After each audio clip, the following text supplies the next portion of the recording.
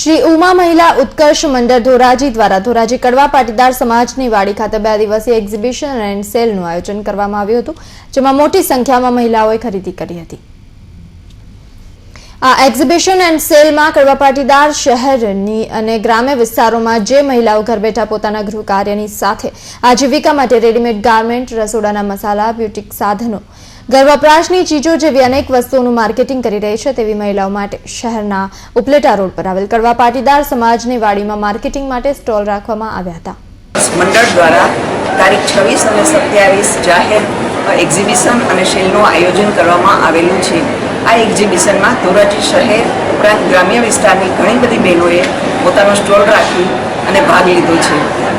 બહેનોએ રસોડાના મસાલા, khakhra, readymade garment અને એવી બીજી ઘણી બધી વસ્તુઓનું વેચાણ કરેલું છે અને દરેક બહેનોમાં કંઈ ને કંઈ શક્તિ રહેલી હોય છે। આવા એક્ઝિબિશન દ્વારા અમે એ બહેનોની શક્તિને બહાર આવવાની તક પૂરી પાડીએ છીએ।